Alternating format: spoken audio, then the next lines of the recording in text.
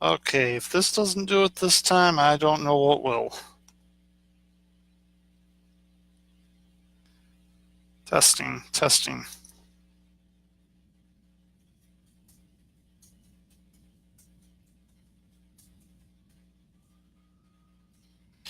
Testing, testing. 1, 2, 3, 4. Testing. 1, 2, 3, 4. All you good people out there, hello? Are you with me?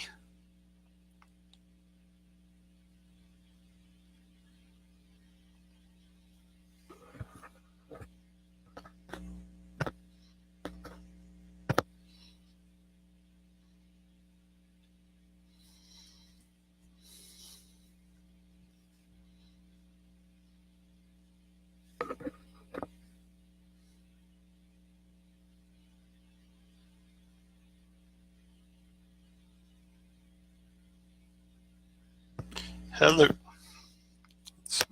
Yep, that's on.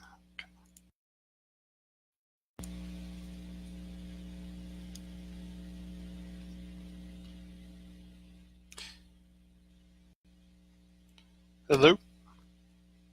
Hello. Can everybody hear me this time?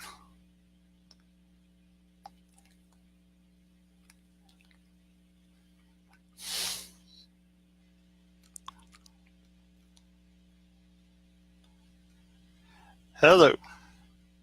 Well, oh, yay. All right. All right. From the beginning, let's see. I'm going to start back where I was saying before. I started out talking about the Detroit professional sports teams. I gravitated into the Wolverines. I'm going to start back with that, and then I'll come back to the Tigers, Red Wings, Pistons, etc. Okay. 1984, first year of my watching the Wolverines. They were 6-6. Bo Schembechler was their head coach. Wasn't a great year, but a couple highlights of the season. One is they lost the they beat the Wildcats, Northwestern Wildcats, 31-0. Another highlight would have been the way they played against the Buckeyes in Columbus that year. They were trailing 7-6 at halftime. Buckeyes got a couple of second half touchdowns, but considering they had Keith Byers and Chris Carter, 21-6 loss wasn't all that bad. Buckeyes were a great team. Sent them to the Rose Bowl, where they eventually lost to the USC Trojans. 1985 would be a much better year for the Wolverines, and for all you Spartan fans, I'll come back to them when I'm through with the Wolverines. 1985, Wolverines opened up with the Irish in Ann Arbor. They were trailing 9-3 at halftime. The Irish fumbled the second half kickoff. It was recovered by the Wolverines. They scored. They'd go on to win the game 20-12. Later on that year, they ended up playing the Hawkeyes in Kinnick Stadium. Chuck Long was a fifth-year senior. They lost on 4 field goals by them, 12-10. It's a little unfortunate. It ended up costing them going to the Rose Bowl, but they still ended up having a fine season that year, and they had one heck of a defense. As culminated by games against the Illini, which ended up being a 3-3 tie when the Illini missed a field goal at the end of the game. And with the Buckeyes, it was 10-10 game at halftime. However, Jim Harbaugh, after having not played most of the last 2 seasons, launched a pass on, I believe it was 4th and 15 that was caught. What ended up being the insurance touchdown. The Wolverines ended up beating the Buckeyes that year 31-17, which sent them to the Fiesta Bowl to play the Cornhuskers, who at that time were part of the Big 12 and not the Big 10 like they are now. Cornhuskers had one heck of a running attack. I believe that year they were probably the first or second to the Sooners in the country. Wolverines were trailing the game 14-3 at halftime. They came back and ended up holding the Cornhuskers to only 9 second half points while they got their offense going, ended up winning the game 28-23, and ended up finishing number 2 in the country that year. 1986 would be a little bit better year for them. They started out in South Bend. Irish missed an extra point. They ended up missing the game-winning field goal, and the Wolverines ended up winning the game 24-23. second game, they played the Seminoles and Bobby Bowden. They ended up winning that game 20-18 with a defense that was not nearly as good as the year before. They ended up starting that season, I believe it was 9 or 10-0 until the Golden Gophers came into town. However, Ricky Foggy and the Golden Gophers had one heck of an answer for them.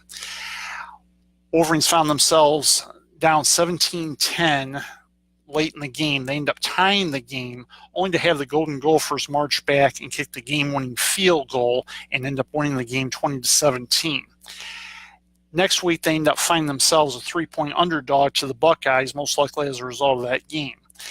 And although they were trailing the Buckeyes in that game, they end up coming back with Jamie Morrison, who had 200 yards rushing. But what really did it is at that time, they were trying to lessen the crowd noise, and the Wolverines could not hear to call the signals, and it ended up costing the Buckeyes a timeout. That propelled the Wolverines to end up winning that game 26-24, which then sent them to the Rose Bowl to play the Arizona State Sun Devils. In that Rose Bowl, they were ahead 15-13 at halftime. However, the Sun Devils would shut them out in the second half, ended up coming back and winning that game 22-15, which ended up changing the way the Wolverines ended up recruiting thereafter. 1988, they had a much better defensive team, 80, I'll come back. I'm forgetting about 1987. And what Wolverine fan wouldn't want to forget about that year who remembers it. 1987, they came back and they had a better defense. It was kind of an up and down year for sure. One thing was, especially against the Spartans, Demetrius Brown threw 7 interceptions, of which one of the Spartans ended up with 4 of them, which was really, really incredible. But even with that, they were still in the game. Came back, got a touchdown on a 2-point conversion to make it 17-11, and wound up hanging on by that score. They'd end up losing the Hoosiers that year, unfortunately, and the Buckeyes would end up beating them in what turned out to be Earl Bruce's and Chris Spielman's final game, and that would be that was 27-20. And with what the Spartans ended up doing that year, they would end up going to the Rose Bowl and playing the Trojans. And I'll come back to that when I get back to the Spartans. 1988, Wolverines opened up with the Irish in South Bend on a Saturday night. It was absolutely something. The only mistake they really made was giving up a punt return to Ricky Waters at the start of the game. That and 4 Reggie Hull field goals, including the last one, ended up being what beat the Wolverines 1917. The very next week, after having beaten the Hurricanes in 1984 by a score of 30-13 when they were the number 1 team in the country, they ended up playing the Hurricanes once again in Ann Arbor when they were the number 1 team, when the Hurricanes were the number 1 team in the country. They were ahead 30-14 after 3 quarters. The Hurricanes ended up coming back, scoring 17 fourth quarter points against them, and ended up winning the game 31-30. Later on that year, the Wolverines would play the Spartans in what turned out to be Tony Mandrich's senior year, and they absolutely stymied the Spartans. They ended up winning the game 17-3. Got down to final game against the Buckeyes. They were up 20-0 at halftime. Thought it was going to be a cakewalk. Buckeyes ended up coming back, scoring 3 third-quarter touchdowns, take a 21-20 lead, and then ended up being a seesaw affair, which culminated on the Wolverines' last drive of the game, which John Colsar had a 50-yard punt return, or a kickoff return, rather, and then Demetrius Brown threw a touchdown pass to him, and that ended up being the margin of, or that ended up being the difference, and the Wolverines ended up winning the game 34-31. 1989, Spartans didn't have Lorenzo White anymore, but before I get to that, I want to talk about the Irish game. Irish had a player by the name of Rahib Rocket Ishmael. He ended up having not 1, but 2 kickoff returns for touchdowns against the Wolverines that game. And ended up proving the difference as the Wolverines lost that game 24-19 in what turned out to be Bones Schembechler's final year of coaching, though we didn't know it at the time. Later on that year, the Wolverines would play the Spartans, and though Lorenzo White had graduated to the NFL, they had a running back by the name of Blake Ezor, and the Wolverines ended up having a goal line stand against him, and the Spartans ended up winning that game 13-7, which set up eventually them playing the Buckeyes for the right to go back to the Rose Bowl. Buckeyes had fallen off a little bit, but the Wolverines ended up winning that game in Ann Arbor 28-18, which sent them to the Rose Bowl, and what, like I said, turned out to be Bo Schembechler's final season. In that Rose Bowl, Bo Schembechler took his headphones and slammed them and had quite a ruckus. What ended up turning out to be the difference was a blocked punt in that game, and Trojans ended up winning that game 17-10. In 1991, when they had 1990 rather, when they had a new coach by the name of Gary Moeller, had an interesting game in South Bend. I still don't remember his name, but he ended up rushing for 200 yards in that game, and the Wolverines, unfortunately, because of Rocket Ishmael, once again, with a long completion, ended up losing that game 28-24. Later on, they'd go on to become the number one team in the country, playing the Spartans in Ann Arbor. And it was quite a game. And I'm still trying to think of what the heck the guy's name was. I think somebody wins a Heisman Trophy, and I'd remember who he was, but I'm just drawing a blank still right now. But he ended up on fourth down, on fourth down, the 2-point conversion, once the Wolverines had cut the Spartans' lead to 28-27. Instead of going for the extra point in the tie, which would have kept them number one, they ended up throwing a pass, and the guy stumbled on the turf. It could have been called pass interference, but there was no flag, and he wound up not catching the ball, though, as I recall, it went off his fingertips, and the Spartans ended up winning the game 28-27, which kept the Wolverines from being number one. Later, they'd lose the next week to the Hawkeyes, which would keep them going to the Rose Bowl. These things happen. The Wolverines did end up playing the bowl game that year against the Mississippi Rebels, who they ended up beating 35-3. They still ended up with a pretty good season, all in all. Next year would be a lot better. Wolverines would come out, play the Irish to a 17-all tie in 1992, and pretty much would cruise from there. They end up beating the Buckeyes the last game of the season. I believe the score of that game was, they didn't. It was 13-all tie. That's what it was. But because of that tie, it ended up sending the Wolverines to the Rose Bowl in a rematch against the Washington Huskies, who didn't have Billy Joe Toller anymore, but had a much better NFL quarterback, as it turned out, and a guy by the name of Mark Brunell.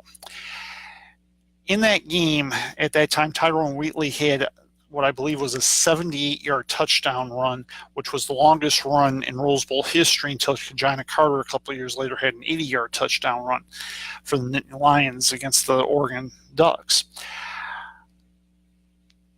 And it was kind of a back and forth game. It ended up being the highest scoring Rose Bowl in history at that time. The Wolverines ended up winning that game 41-38, mainly due to Tyrone Wheatley's efforts, because he rushed for over 200 yards in that game. It would also mark a change because it would be the last year of the Big Ten as we know it, because of what would happen the following year, which was in 1993. The Nittany Lions ended up joining the Big Ten, much to my chagrin, but it ended up making the Big Ten a lot tougher. First game the Wolverines ever played against the Nittany Lions, which was the first overall game, they end up beating the Nittany Lions thanks to Tyrone Wheatley once again, and I believe the score of that game was 28-24, if I remember correctly. Later on that year, the Wolverines would stumble a little bit, didn't make it to the Rose Bowl. It's kind of a tough season, but all in all, not too bad considering. They had a pretty good finish. They ended up winning their bowl game, which set up the next year. 1994 was kind of an interesting year. They started out that season, once again, kind of up and down a little bit. It was getting a little tougher with the Nittany Lions, and the Nittany Lions had a very potent team, and somehow they managed to cruise through the Big Ten undefeated, and ended up, as a result, going to the Rose Bowl. Wolverines struggled a bit. One example is they ended up beating the Illini, who had a very, very good defense that year, on a punt return for a touchdown, but it ended up being their only touchdown in the game. That and 4 field goals overcame the Illini's 2 touchdowns as the Wolverines won that game 19-14. And one thing I'm going to say to WDIV right now is there are no cue cards in the background, nothing like that. This is all off the top of my head.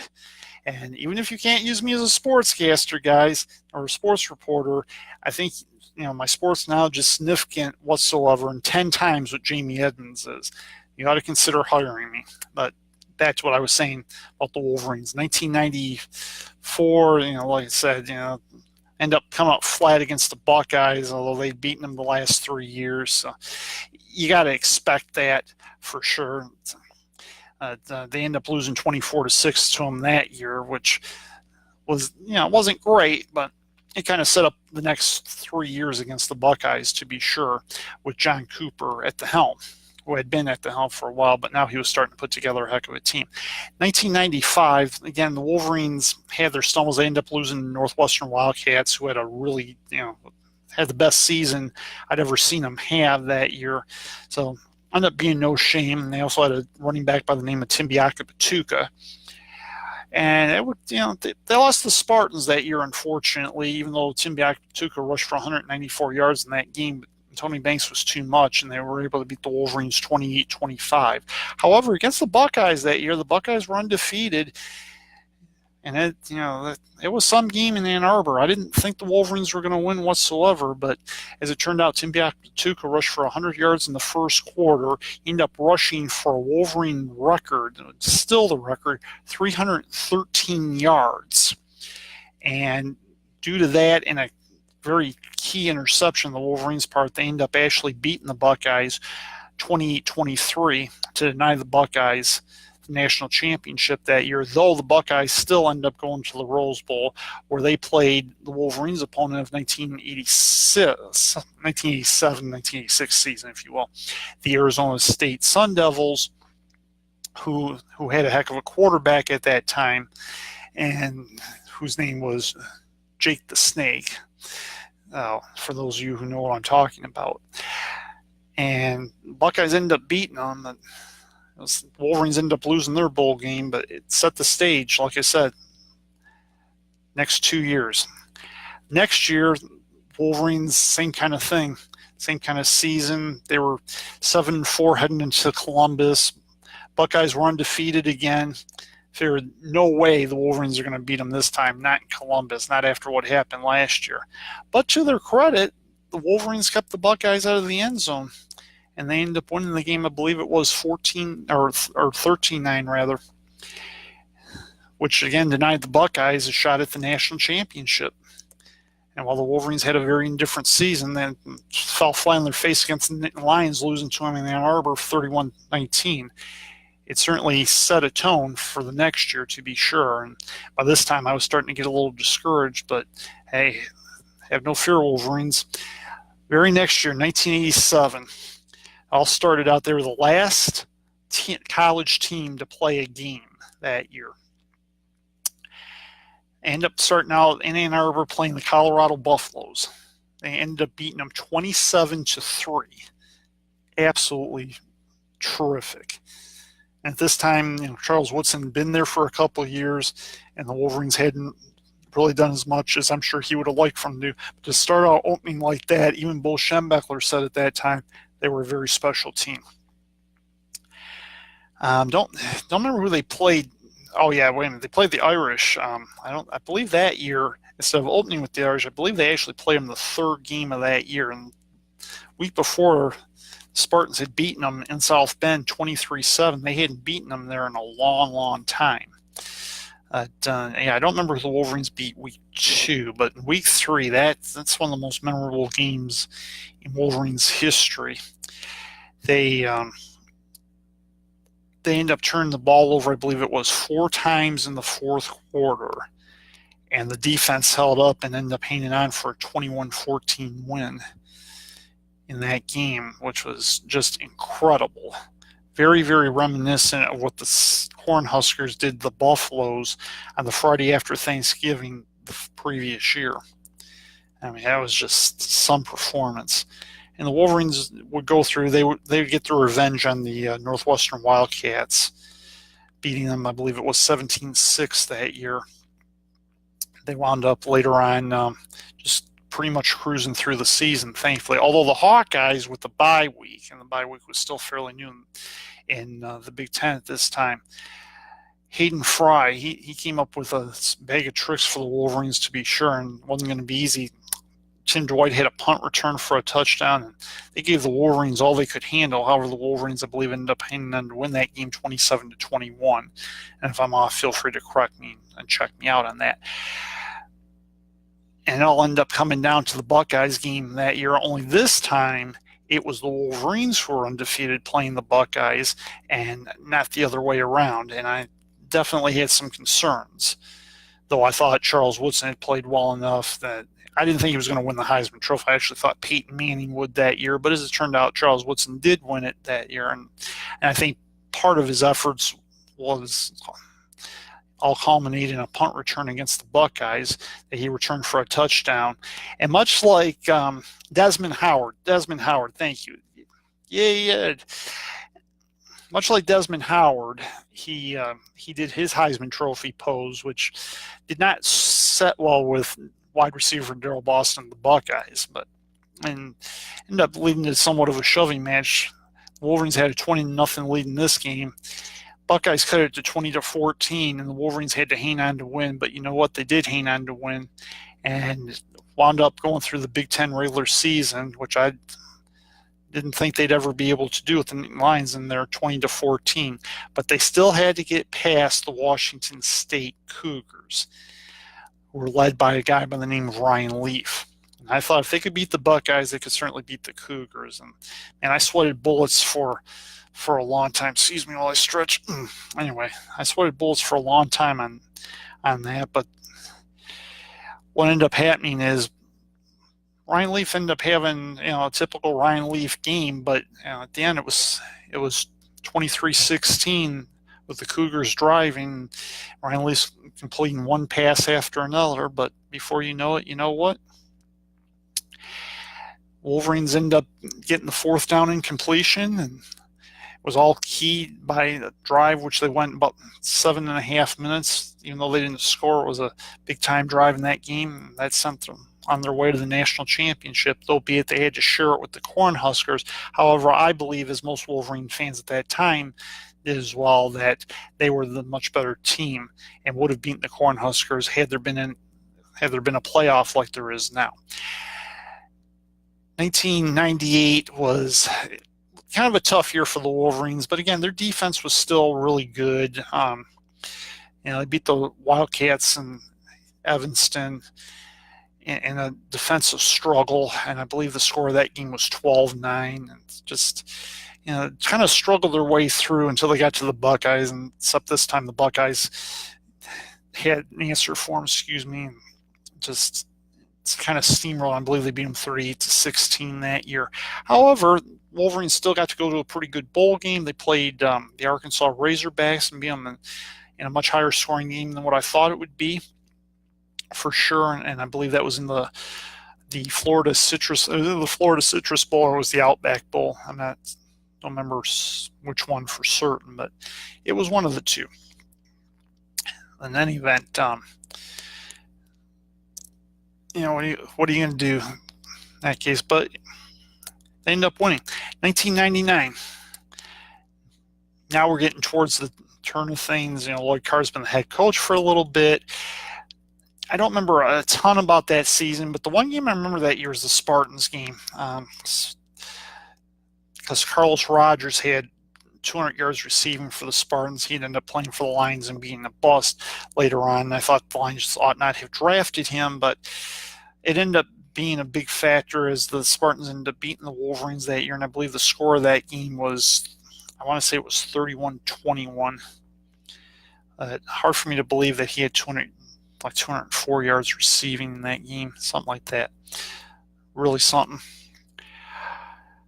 And later on that year, the Wolverines would go on and they'd beat the Buckeyes, and they were down, and their defense wasn't as good that year, but they were down in that game early and ended up coming back behind Brian Greasy to win that game. And to date, it's the last time they've beaten the Buckeyes in Columbus. Who would figure that'd be the case? any event, 2001, or actually, yeah, that was 1999 with the Spartans, by the way, not 2000. 2000 was kind of an interesting season, not a memorable season by the Wolverines. Not too much to talk about there, but the one thing I will say is they ended up playing the Alabama Crimson Tide in the Orange Bowl again, and as it turned out, Nick Saban would end up leaving the Spartans that year as well, and they wound up beating the Crimson Tide that year in overtime, 38-35. In 2001, there were some things that would do them, and obviously September 11th had a huge impact in that game. The other thing is that T.J. Duckett, who was Tico Duckett's cousin, he ended up rushing for 201 yards against the Wolverines, and in spite of the fact the Wolverines had 12 sacks in the game, the Spartans quarterback, I can't remember what his name was, he ended up avoiding a sack and ended up throwing a very controversial game-winning touchdown pass to T.J. Duckett. So, and that's what helped the Spartans beat the Wolverines that year, which didn't thrill me. And the other thing I remember that year is the Wolverines go on to play the Tennessee Mountaineers, and they end up losing 45-28 in that game, which Bo Schembechler only comment on that as being not a typical Wolverines performance. Okay, I'm going to stop with the Wolverines right there. I'm going to resume with 2002. I want to do one more thing for all of you at WDIV while I have a chance, and that is there have now been 52 Super Bowls played. I'm going to go through and I'm going to run down the score of each of the 52 Super Bowls, and I'm going to just give a line or two about each one, starting with Super Bowl I and working the way to the present. I don't know if I'm going to be able to do this. I've never tried this before, really, except for practice, but I'm going to give it a shot just to show you what kind of sports knowledge I have. And I haven't even talked about Michael Phelps and his 8 gold medals in Beijing in 2008 either, or the fact that he's the most decorated swimmer. So my knowledge is not just with baseball, basketball, football, and hockey. It just goes on and on and on and on, I would say. I mean, I could do the World Cups for you, but just to show you, what Jamie Edmonds does not have for you guys. And sometimes Bernie Smilovitz screws up too, but for the most part, his knowledge is pretty stout. Anyway, Super Bowl I. It was the Packers over the Chiefs 35-10. One thing that stands out in my mind is I believe tickets to that game, from what I remember, cost $25, if you can imagine that.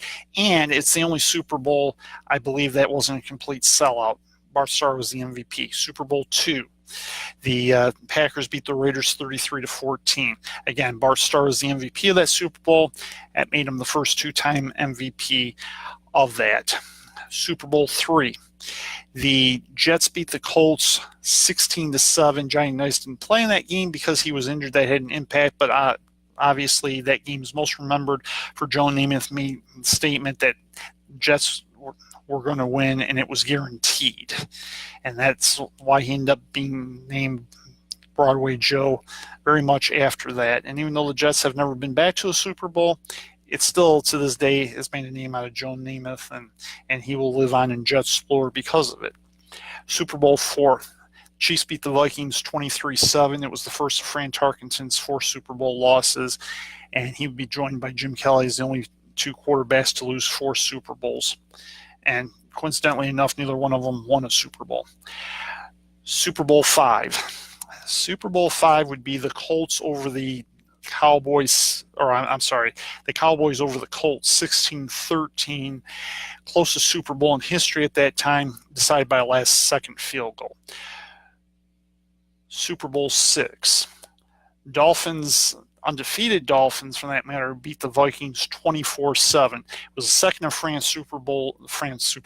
Tarkenton's Super Bowl losses, and then the Dolphins ended up finishing 17-0 that year, which made them the only undefeated team in NFL history to date.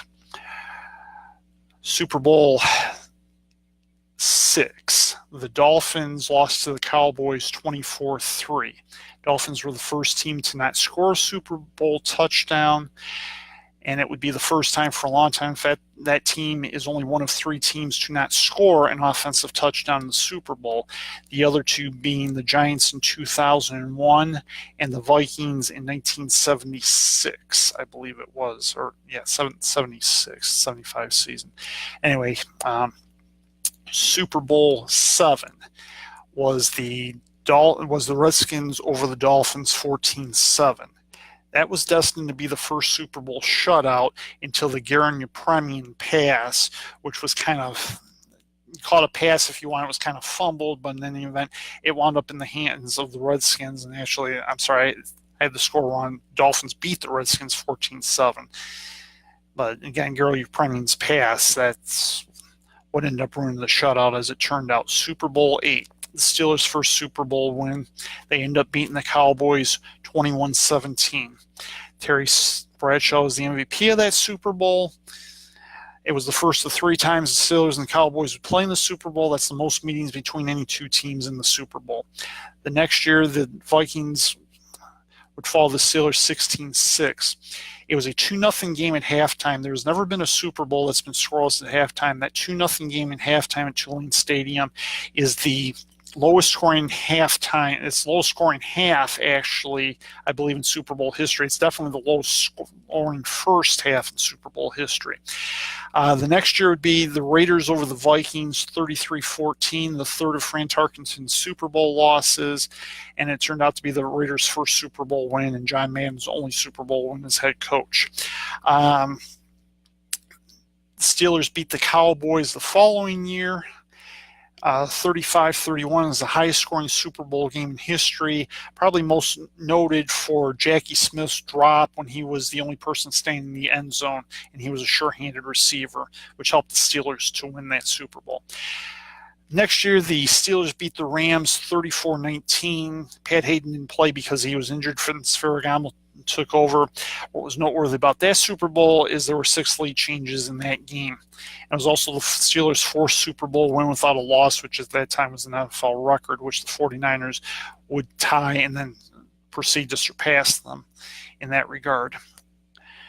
Okay, now we're all the way up to 1981. That would be the Raiders over the Eagles 21-10. First time the Eagles had ever been in the Super Bowl, and as you know, they're the defending Super Bowl champions, having won their only Super Bowl. But Ron Jaworski did not have a good Super Bowl in that time, and it was one heck of a Raiders' 2nd Super Bowl win, as it turned out.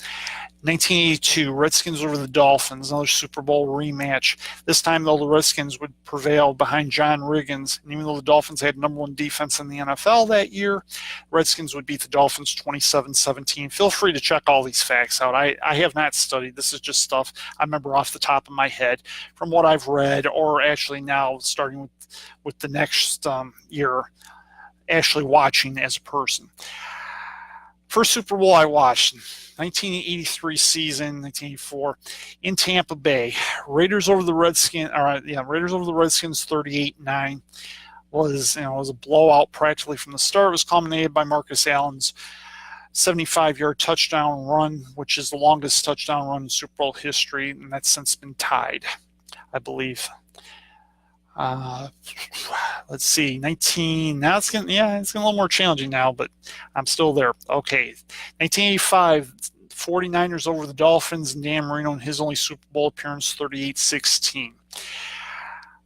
Roger Craig had 4 touchdowns in that Super Bowl, but yet Joe Montana was named the MVP of that Super Bowl. Quite a performance by the 49ers. Their only loss that year was to the Steelers at Candlestick Park. 1986, the year of the Bears, they beat the Patriots 46-10, 46 points, the most points ever scored in the Super Bowl. I thought they were going to shut the Patriots out. Be the last time I ever rooted for an AFC team in the Super Bowl, which was stupid on my part, but it was a great performance by the Bears, and Richard Dent was named the MVP. 1987, Giants over the Broncos 39-20. Bill Parcells ended up getting a Gatorade doused at the end of the game. That was the first time a coach in the Super Bowl had been doused by Gatorade, and he also got doused by water afterwards as well. But quite a performance. It was a 10-9 Broncos lead at halftime. Be the first Super Bowl loss for John Elway. He'd go on to he'd go on to lose 2 more Super Bowls before he won his only 2 Super Bowls of his career. Redskins over the Broncos the next year, 42-10. Redskins overcame the largest Super Bowl deficit in history at that time, which would be the largest until the Patriots accomplished what they did against the Falcons a few years ago. They were down 10 points and ended up scoring 35 points in the second quarter, which is still a Super Bowl record. Williams throwing 5 touchdown passes, and Timmy Smith ended up rushing for 201 yards in that Super Bowl, and he's still the only running back in history to rush for 200 yards in a Super Bowl. Very next year, 49ers beat the Bengals 16-13. It was quite a game. Boomer Esiason was standing on the sidelines giving an interview, and they were congratulating him on his Super Bowl win as Joe Montana marched the ball down the field and never count the 49ers out. Ended up being culminated by a Joe Montana to John Taylor touchdown pass, which sent the 49ers to Super Bowl championship, which was their third and their second one over the Bengals, 20-16. And actually, I missed that with the other year too, 1982. They were ahead 20-0 at halftime and ended up hanging on a goal line stand to beat the Bengals 26-20. My apologies. That did come before the Redskins and the Dolphins. That was my oversight. Apologies indeed. Okay, now back to the 49ers. 49ers beat the Broncos in 1990, 55-10. Most points ever scored in a Super Bowl. Joe Montana was named the MVP through 5 touchdown passes. It was the last Super Bowl loss for John Elway. 1991, the Giants over the Bills 2019. Scott Norwood missed a field goal at the end of the game. Giants set a record for the longest drive time-wise in Super Bowl history, as well as time possession. And they needed every second of it, and even with that, the Bills still could have beaten them. Ended up being the Bills' first Super Bowl loss, which they would go on to lose 3 more times without winning. Next year, the Redskins beat the Bills. I believe the score of that game was 34-21.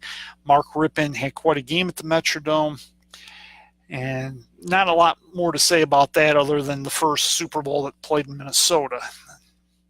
Let's see, 1993 be the Cowboys over the Bills, and that was 59-17. 59 points, still the most points ever scored in the Super Bowl. It could have been 66 if not for the Leon Lett fumble. And if you haven't seen that, watch highlights of that. Troy Aikman was named the MVP of that Super Bowl. 3rd consecutive loss by the Bills in the Super Bowl, which set a Super Bowl record. Next year, the Cowboys repeat the defeat against the Bills, 30-13. They were trailing 13-6 at halftime, but they came out with Emmitt Smith, who had a big second half in that game, and just went from there on that. Okay, which brings us all the way up now to, 1995, which would be the 49ers over the Chargers. They beat them 49-26. Chargers were the biggest underdogs going into that Super Bowl. Steve Young threw 6 touchdown passes, was named the MVP, the only time he ever played in the Super Bowl, and he certainly made it count. It was also the first season where the 2-point conversion was allowed, and the Chargers became the first team to score on a 2-point conversion in the Super Bowl.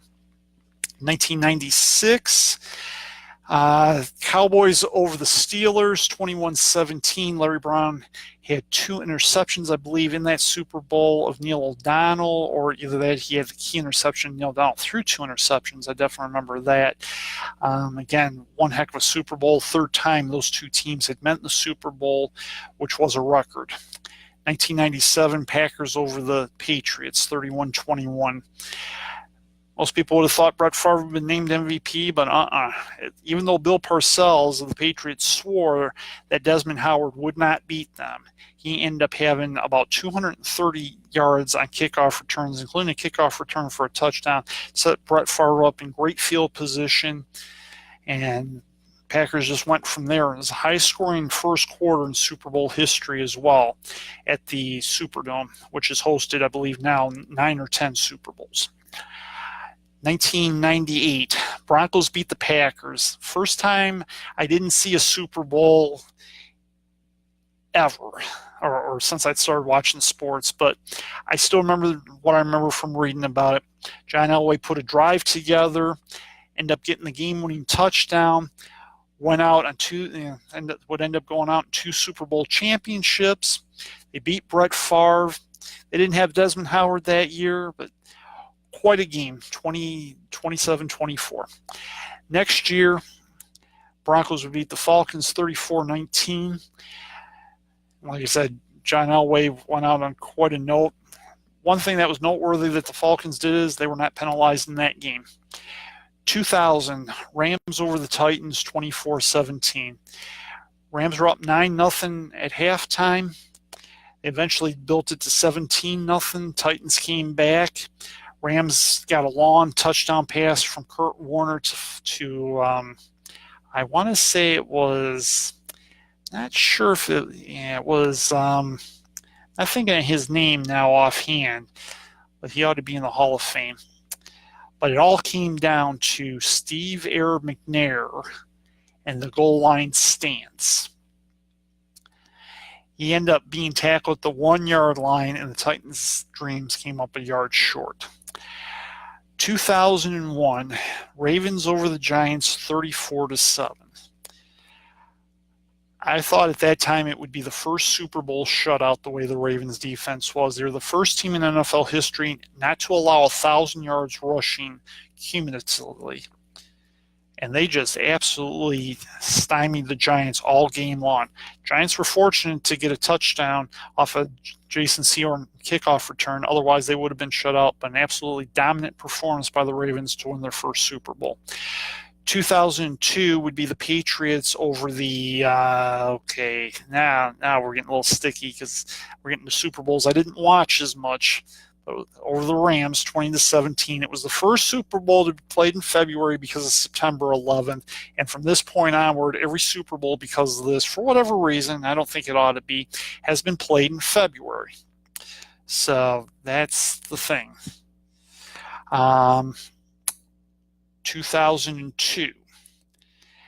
That would be this one I may not remember. I want to say that was the Buccaneers over the Raiders. And if that's the case, it was 48-27. Buccaneers had 3 interception returns for touchdowns in that game.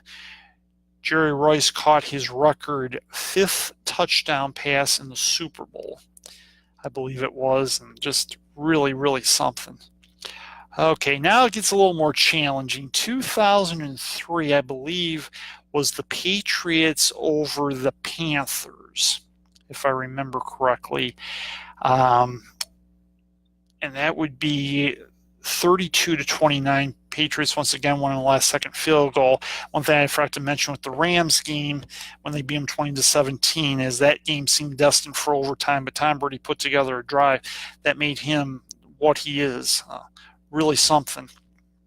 Next year, the Patriots would beat the Eagles, and that was 27-24. Terrell Owens, even though he was injured, hit over 100 yards receiving that game. However, again, the Patriots' last second field goal ended up winning it, now made it back-to-back Super Bowl titles and the like. Okay, now we're all the way up to 2006. That would have been the one at Ford Field. That's the Steelers over the Seahawks, the first 6-seeded team to win, by the way, and they beat the Seahawks. I believe it was maybe off in this one a little bit. I want to say it was 21-10. Again, it was culminated by a 75-yard touchdown run, not by Jerome Bettis, but by the other running back, whose name I don't remember right now, but 75-yard touchdown run, which tied Marcus Allen for the longest touchdown run in Super Bowl history. Other than that, pretty uneventful Super Bowl, other than the fact that Steelers becoming the first 6-seeded team to win the Super Bowl. But what surprised me is they were actually favored in that Super Bowl.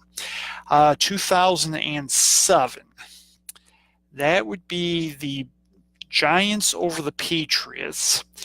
And that's going to be 17-14. And I'll tell you, Patriots looked like they were going to go through the season defeated.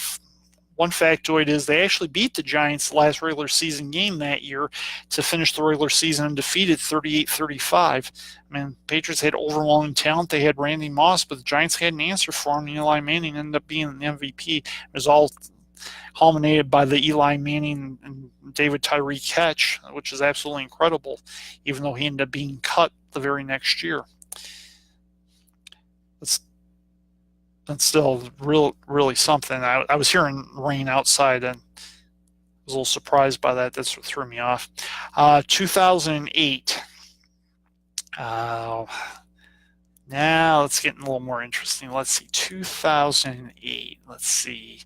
After the Giants and the Patriots, it was, oh gosh, I might be a little stumped on this one. I know. Steelers over the Cardinals, 34-23. Big thing was the big touchdown reception or not touchdown reception, but rather the kickoff return for a touchdown, I believe, by Hines Ward. Or not, no, not kickoff return. I'm sorry, interception return for a touchdown by the Steelers before halftime. That ended up being a huge turnaround that game. Again, Kurt Warner ended up setting a Super Bowl record for most passing yards in the Super Bowl, but Steelers up to the challenge in that one. Okay, 2010 would be the Packers. Let's see. No, that wasn't 2000. Was that 2010? Yeah, I think that's right. I think, and you might have to check me on this one, guys. I might be missing one, but Packers over the Steelers, and I'm going to be a little bit off on this score. I did not see the game. I followed it though online. That was, I believe, I want to say it was 38-27, something like that. It might have been 38-26.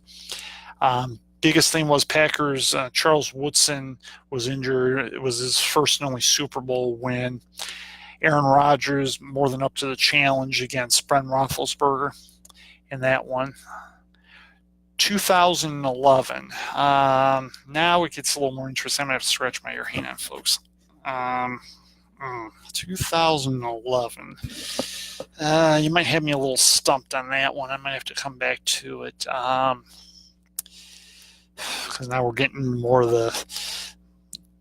less of the traditional days of football. I might have to scratch my nose. It's itching. Hang on. And no notes on my hand, just so you know.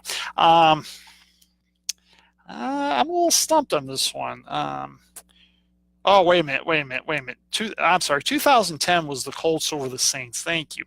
Colts over the Saints. Oh, yeah. The onside kick in the second half, 31-24. Okay, 2011 was the Packers over the Steelers. Okay, so I overlooked that one. 2012 would be the Giants over the Patriots, 21-17, the rematch between Eli Manning and Tom Brady. Quite a game, Madonna saying at halftime of that Super Bowl. 2013, that would be the Seahawks over the Broncos. I thought they were going to shut them out, but the Broncos got a late touchdown, 46-8 in that one. Seahawks' first Super Bowl win. The very next year would be the Patriots over the Seahawks, I believe. Or was that 2 years later? Am I skipping another Super Bowl now? Yeah, let's see. Yeah, no, I think that's right. Patriots over the Seahawks. Quite a game, 27-24. If the Seahawks would have just ran Marshawn Lynch on that goal line play instead of throwing it, they might have won back-to-back Super Bowls. 2015. Okay, that would be the Patriots. No, wait a minute. 2016 was the Patriots over the Falcons. Let's see. Would have been the Patriots, though. 2015. Patriots and wow.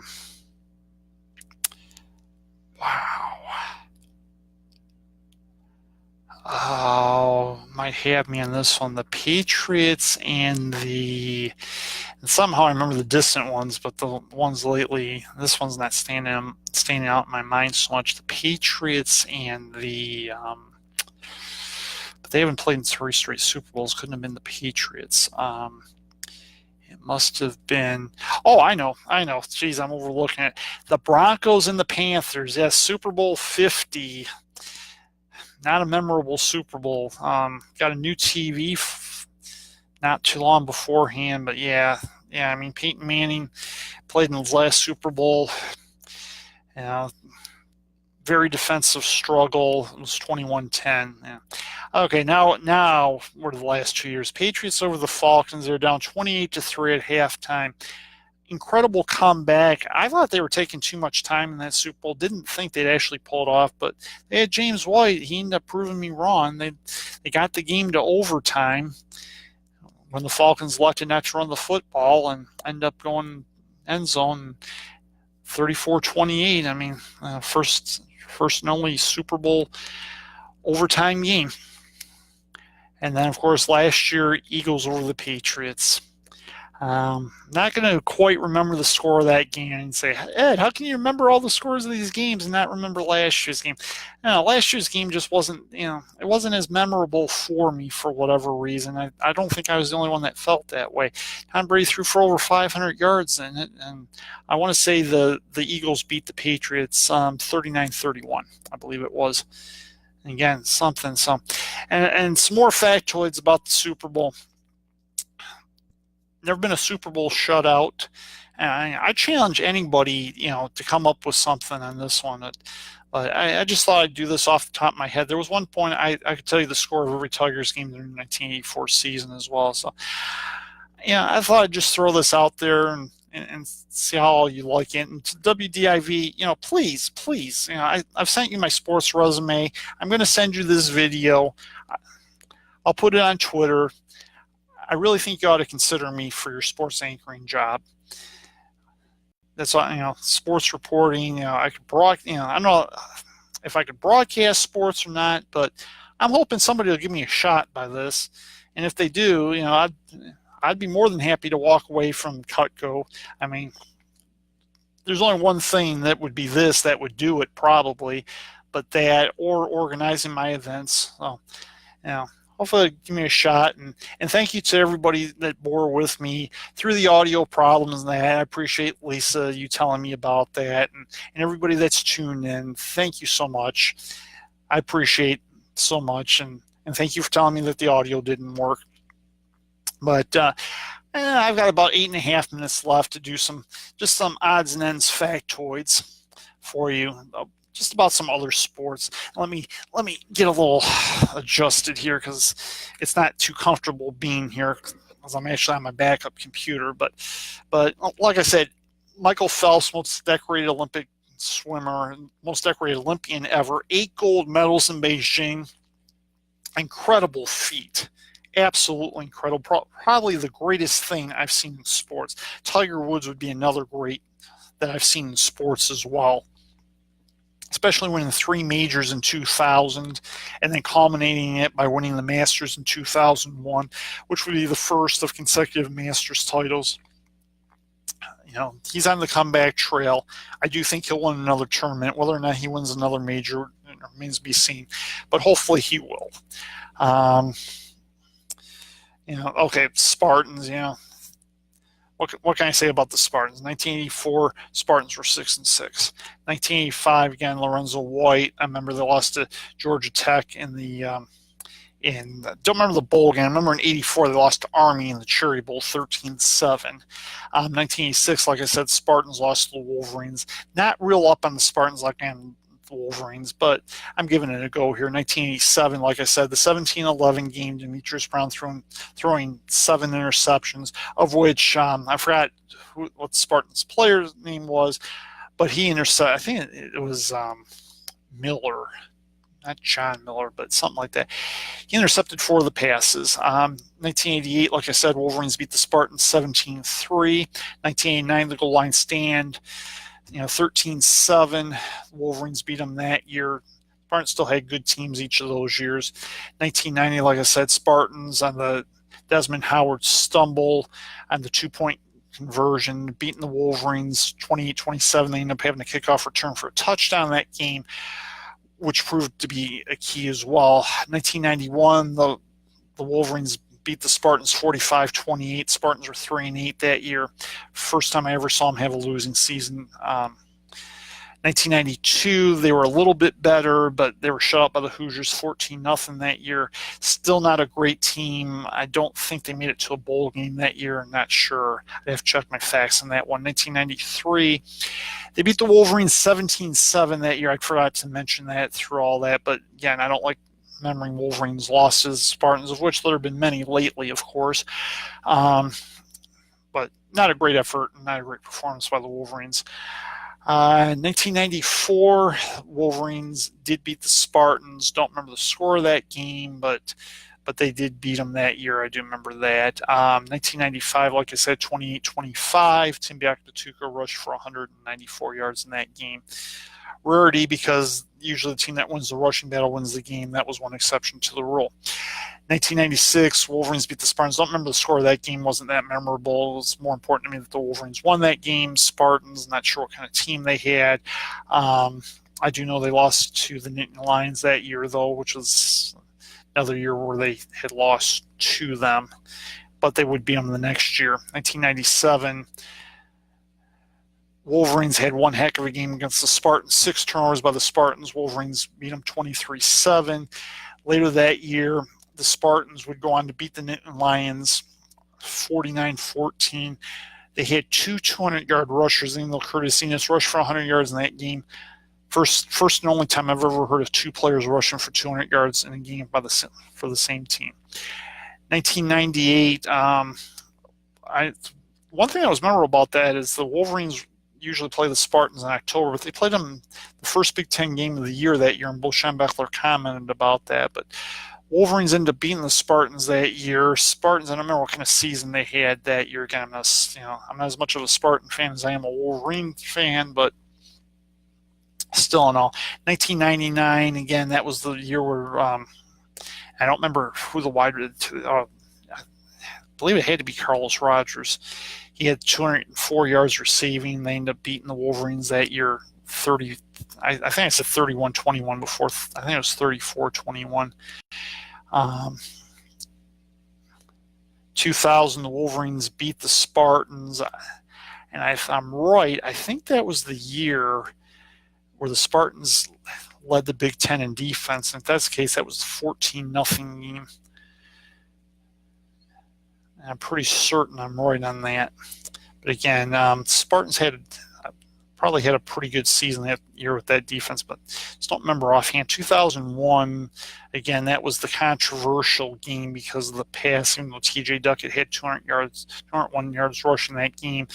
Wolverines had 12 sacks, but they still ended up losing on a last-second touchdown pass, like I said, to T.J. Duckett.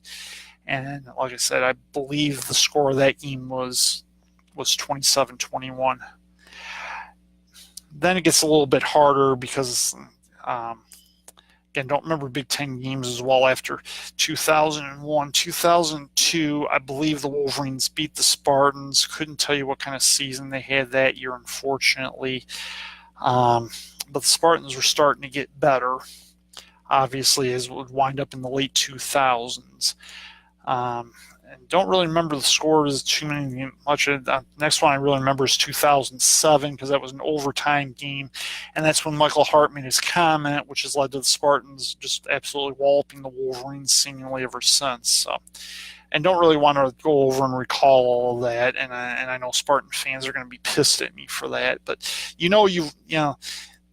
any Spartan fan knows the Spartans have won 9 out of the last 11 games, which is just absolutely incredible, which is the most since Muddy Rivers was their head coach. So I'm going to leave it at that.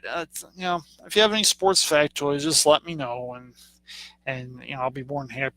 But please consider this WDIV. I do have sports knowledge, and I've sent you my sports resume. Who else is going to send something to Al Michaels and Chris Collinsworth and do the homework on that when Chris Collinsworth didn't know what his one tie in college was against? And I just waited until they came to Ford Field, which, sure enough, they're going to be here for the Patriots-Lions on Sunday. And I don't fear the Lions are going to win, but you never know when it comes to the Lions. Well, this is Ed Moss signing off. Thank you.